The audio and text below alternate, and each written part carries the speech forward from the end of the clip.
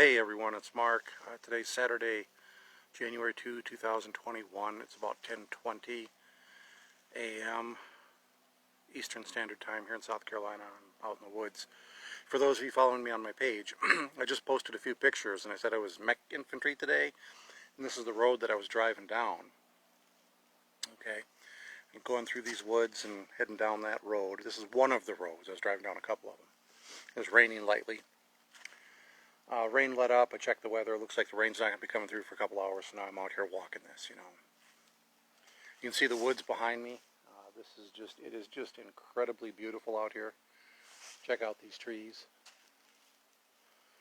And not too far back, I came across a dead pine tree, and there was a woodpecker, and they're digging through the rotting wood looking for bugs to eat. Real neat. Excuse me. Anyway, so January 2nd, now you go back to 1945. What in U.S. military history is known as the Battle of the Bulge was playing out. Still a couple more weeks of fighting. But the Germans had attacked through the Ardennes forest, generally going in a northwesterly pattern. Now the few roads that are there go down southwest heading towards Paris. But they were trying to cut up through the woods to make it to the coast. Hitler had this idea that he could divide up the Allied armies, inflict a defeat, negotiate a peace, and then go focus on Russia. That was his goal. It wasn't going to work. They weren't going to win, and all they did by launching the attack was remind the Allies, the United States and Britain, we were all bickering amongst ourselves, and remind us who the real enemy was. But as I've said before, the battle was essentially won in the first, let's say, about 3 days by isolated American units working out in woods like this. Now, it was colder. I'm out here in a short-sleeve shirt, and it's a little cool for a short-sleeve shirt. All right, so I'm going to have to keep walking here in a little bit.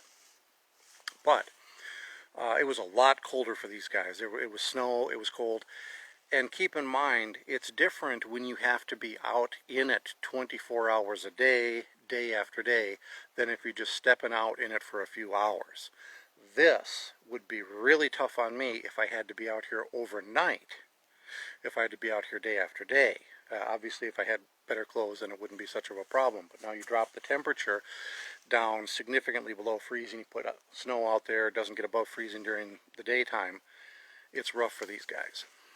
They were out in woods like this. They were isolated. They were cut off from their other units. They're cut off from their headquarters. In some cases just scrambling. In some cases they were fighting from defensive positions. In other cases they were running. The Ardennes forest was considered impassable to the German tanks, and the Germans were considered incapable of launching a counterattack.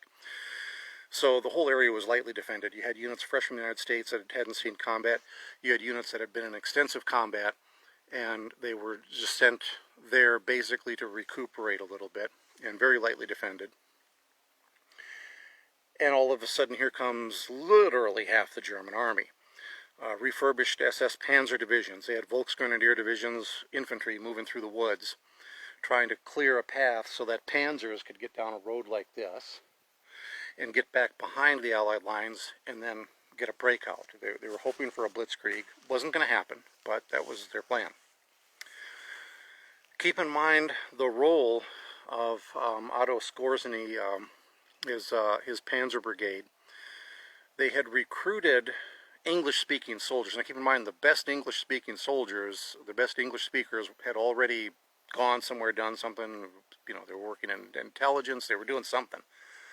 So by late 1944, as they were preparing for the attack, they had people that didn't have a very good command of English, maybe know a few words, maybe had some English in school and remembered it. They didn't have very good equipment to dress them up, so that they kind of, sort of, from a distance, maybe looked like U.S. soldiers. But the key thing is, because of the terrain, those guys couldn't get a breakthrough. They had to get behind lines and mix with American troops in order to be effective. And that just never happened. They were trapped behind the Panzers, behind the Volksgrenadiers, trapped in the woods. However, the existence of these units came to be known, and that was what caused problems on the American side. They got to the point where they said, hey, there's Germans dressed up and masquerading like American soldiers, and the existence of this unit, the knowledge of its existence, is what created the chaos on the Allied side. And so you had general officers in the United States Army getting challenged outside their own headquarters by guards who were saying, well, maybe this guy's an imposter. And sincerely believing that, not just jerking their commander around. But anyway, okay, isolated units operating in the woods, circumstances like this, all right? And if they can hold off the Volksgrenadiers, if they can keep the Panzers from coming down a road like this, and they can delay these guys a little bit, that's what bought time in the rear area for the Allied commanders to figure out what was going on. Now, they all had their intelligence reports. Patton was the only general who had a very good rapport with his intelligence officer. His senior intelligence officer put it all together and said, it looks like they're going to try and counterattack. And so Patton had a contingency plan to move troops up from the south. His Third Army was on the south of where this attack was going to happen. And he had a contingency plan to move up 3 divisions and cut them off just in case it did happen. The other Allied commanders, they knew the Germans were massing all these refurbished divisions, but they just never figured the Germans would actually try and attack. Well, they tried it. Patton was really the only one that was ready for it. But the heroic American troops, and it was the American troops, working in small groups, sometimes working individually, slowing these guys down a little bit, and giving Eisenhower and giving all those guys a chance to figure out what was happening. So Eisenhower could direct Patton to go ahead with a counterattack from the south. They pulled Montgomery, sent some troops down from the north. They rushed in reinforcements to the region of Bastogne. Americans who have heard of the battle think of Bastogne as the place where all of this happened. But by the time the fight actually centered on Bastogne, like I say, the first 72 hours were over, and the fight had been won by the Americans, although nobody knew that at the time. But that was it. Okay, why am I talking about all this? Patton made a comment to the effect of, let's have the balls to let these guys go all the way to Paris, and then we'll really cut them off and grind them up. And when I first saw what was developing with this election fraud, I made a kind of a similar comment on Facebook. When they had their first staff meeting addressing this, Eisenhower was very clear to his commanders that he only wanted to see happy faces at that meeting. He said, this is going to be regarded as an opportunity. And that's what we need to think about here. All right, these guys have come out to play. They've shown who they are. They've shown who they're connected with. We're seeing the whole thing. We're seeing how the media is covering this up. We're seeing how social media is covering this up and censoring it. We're seeing how literally hostile foreign powers, the communist Chinese, we're seeing that this whole détente thing, this whole peaceful thing that we've had with them for a long time was bullshit. They've been at war the whole time. It's just not been an active shooting war. Of course, that regime in Iran. And we're seeing how there are politicians on our side that we've always had corruption, but we're seeing how these guys have literally sold us out to hostile foreign powers. What you're not seeing in the midst of this is the connections to hostile foreign powers that aren't national governments, all right? Drug trafficking organizations, and not just trafficking narcotics, but trafficking weapons, human trafficking to support the sex industry. They kidnap, they trick women, they force them to work as prostitutes, and they make a lot of money off that, and those ladies get treated very, very brutally. All right, I'm not going to go into all of this. All right, how is this going to play out? I'm going to call your attention again back to the situation in Cote d'Ivoire here a few years back. Legally, constitutionally, the incumbent president, Laurent Gbagbo, was seeking re-election. Alassane Ouattara was running against him. And legally, constitutionally, they hadn't decided a winner yet. They were looking at it. But the media proclaimed Ouattara the winner. The media proclaimed Gbagbo to be a strong man, a war criminal, yada yada. Next thing you know, Sarkozy, who was president of France at the time, and he was a buddy of Alassane Ouattara, sent his troops in to remove Gbagbo from power and install Ouattara. And pretty soon Gbagbo was on a plane going to Europe to be tried for whatever they're accusing him of. Okay, very, very similar to what they're doing here now. You take a look at the coverage in Europe on what's going on. I mean, our media sucks here in the United States. But these guys in Europe are way out there. All right, so first of all, they gloss over the fact that the rioting, the arson, the looting that's been going on in this country is not Trump supporters doing this. This is Antifa, this is BLM, and those guys are so far out there, they don't even like Biden. That's how bad they are. Antifa, they don't even like Biden. I don't think they even like Bernie Sanders. They're pretty bad. Of course, the European media doesn't cover this. The European media does give a lot of attention to American groups who are organized and carry firearms. They legally own firearms. They do not use them to commit any crimes. Everything they do is in accordance with the Constitution. Even though they disagree with local gun control laws, which they think are unconstitutional, they comply with those local gun control laws.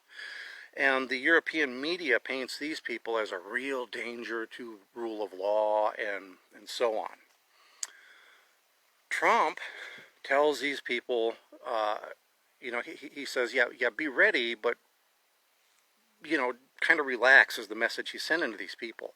You don't have to take the streets right now. We're not, just have your weapons, be ready. That's fine. You exercise your constitutional rights, but you don't have to do anything. All right? The media listens to this and they portray him as he's telling them to get ready to strike. Not true. What they're setting us up for, they are setting us up for this. I touched on, in fact, I was up that road a couple of miles when I first suggested this, and I suggested it as a possible but very unlikely development. I'm starting to think that this is possible, and I don't want to call it probable, but we're moving in that direction now. What the media, especially in Europe, is setting us up for. They're going to declare Biden the lawful president, even if the constitutional challenge is next week and the U.S. Congress decides that Trump won the election by law. They're going to say that that was not legitimate. They're setting this up for Biden to go have an inauguration somewhere. Doesn't have to be with the Chief Justice of the Supreme Court, and it doesn't have to be in Washington, D.C. To have an inauguration somewhere. They're setting this up for them to recognize the Biden government. They're setting this up so that Biden can send an ambassador, have that person seated at the United Nations. They're setting this up so that he can then request UN troops to come in, disarm all of these crazy people that have these firearms, refuse to give them up, put down all of this rioting, which all of the Trump supporters are doing. We know that's bullshit, but that's what they're trying to say, that we're behind it. I say we, I'm categorizing myself as a Trump supporter. If you know me, you know I'm not a Trumplican. But they're trying to say that we're the ones behind all of this unrest. And ultimately what would happen is that they would be in a position to say, well, we're going to have to send troops in to support the Biden administration and to ensure rule of law and that the constitutionally, the duly elected president is not deposed in a military coup. Okay, so people on this end are sitting here, we're thinking about this. It's like, seriously, you send some European troops. A lot of the European troops maybe won't want to go, but again, they're getting brainwashed, and it doesn't matter what the troops there are necessarily thinking. They might have friends over here in the States, but keep in mind their left-wing governments are all in favor of this. All right, so you're thinking, troops from Asia somewhere, troops, maybe troops from Africa, troops from Europe are going to come here, seriously? What's going to happen? Keep in mind what will be happening on this end. There's a lot of confusion. Okay, there will be military who will take orders from Biden. They maybe don't like him, but they're going to think, well, I think he won, and I think he's the lawful, president. It's going to be disunity on this end. And so there will be opportunity, if they can swing it, there's opportunity for them to come in and install their guy in power and keep their people in power indefinitely. It's not easy to work. It's kind of like Hitler's gamble moving through the forest. It's unlikely to work. Even if everything goes right for them, it's probably not going to work. But that didn't stop Hitler from trying. All right, he was desperate. And these guys are pretty desperate. Whatever you think of Trump, a lot of people support him because he's fighting back against a system which everybody is recognizing the system is corrupt. People are using these terms, the deep state, they're throwing that around. I think in some cases they're labeling deep state people that they just don't agree with. They also say pedophile to people they don't agree with. All right. The real deep state is these people, both elected and appointed, on both sides of the aisle, in D.C. and elsewhere, they're in Chicago, that's another hot spot, that their allegiance is literally to the highest bidder. Communist China gets what they want. They've got the best American government they can buy. Of course, other countries, Iran can't match China's money. But again, you go back to these organized crime groups, these cartels that are trafficking drugs, trafficking women. The women are where they're making their money. Now, keep in mind, you can ship cocaine. You can lose half of your shipments of cocaine to interdiction efforts, and you're still making real money. But once the cocaine or the Afghan heroin, whatever it happens to be, once it gets someplace, it gets consumed, it's gone, you got to bring in more. But the sex trafficking is different. They get a lady in there, they force her to work, and they reuse this same sex slave over and over again, literally till she's essentially, they throw her away when she's done, when they're done with her. All right. After a while, the diseases catch up, the beatings catch up, and so you can kind of see how this goes. But until that happens, for months, maybe a year, maybe years, she's living hell on earth, but she's making somebody a lot of money. They're pulling down thousands of dollars a week off this one person, and they've got more than one person that they're doing this to. When you're talking that kind of money, you can buy and sell Joe Biden's and Hillary Clinton's and Kamala Harris's. You can buy and sell these people. When you got that kind of the money, you're the highest bidder. Now, there's a lot I could go into about how the U.S. supported de facto enemies of ours in the Balkans against people that maybe should have been our allies, or in a situation where maybe we should have been neutral. But we came out on the side of people who were connected to Al-Qaeda, people that we knew were connected to Al-Qaeda. And why? Because you had, at the time, it was heroin money from Afghanistan that was flowing to people like Bill and Hillary Clinton, to some other people. I don't want to necessarily name them, because in some cases these people are deceased and they're not in a position to defend themselves, and I don't want to slam their memory. But I've looked at their campaign finances. I've looked at the Foreign Agent Registration Act and all the documentation to see who is associated with whom, where the money is coming from, what campaigns it's getting into, where it's coming from on that end, where it's going to on this end, and then comparing the foreign policy decisions getting made with what is legitimate U.S. interests, even in the Democrat position, what would be legitimate U.S. interests. And yet the foreign policy decisions don't go in favor of the United States. It goes in favor of these people who are buying and selling politicians. And they are organized crime, transnational cartels. Okay, folks, we are in the woods. The devil always overplays his hand. The bad guys are overextending themselves now. And it is up to us, working individually and in small groups, to hold them off. Now, what happens next week does not matter. Hear this, it does not matter. Trump is not going to save you. If we can succeed in preventing a fraudulently elected Joe Biden from coming into power, the country will be more divided up, and that will be a significant victory. But there's one man who can save you. He hung on that cross 2,000 years ago. We just celebrated his birthday. I'm Orthodox Christian, and the Russian Orthodox Church, we're going to be celebrating his birthday in a couple days. But this is the season. So when you're looking for a savior, it's Christ. And other than that, we have to be the arms, the legs, the hands, the feet, the eyes, the ears. We've got to be doing the work here on the ground.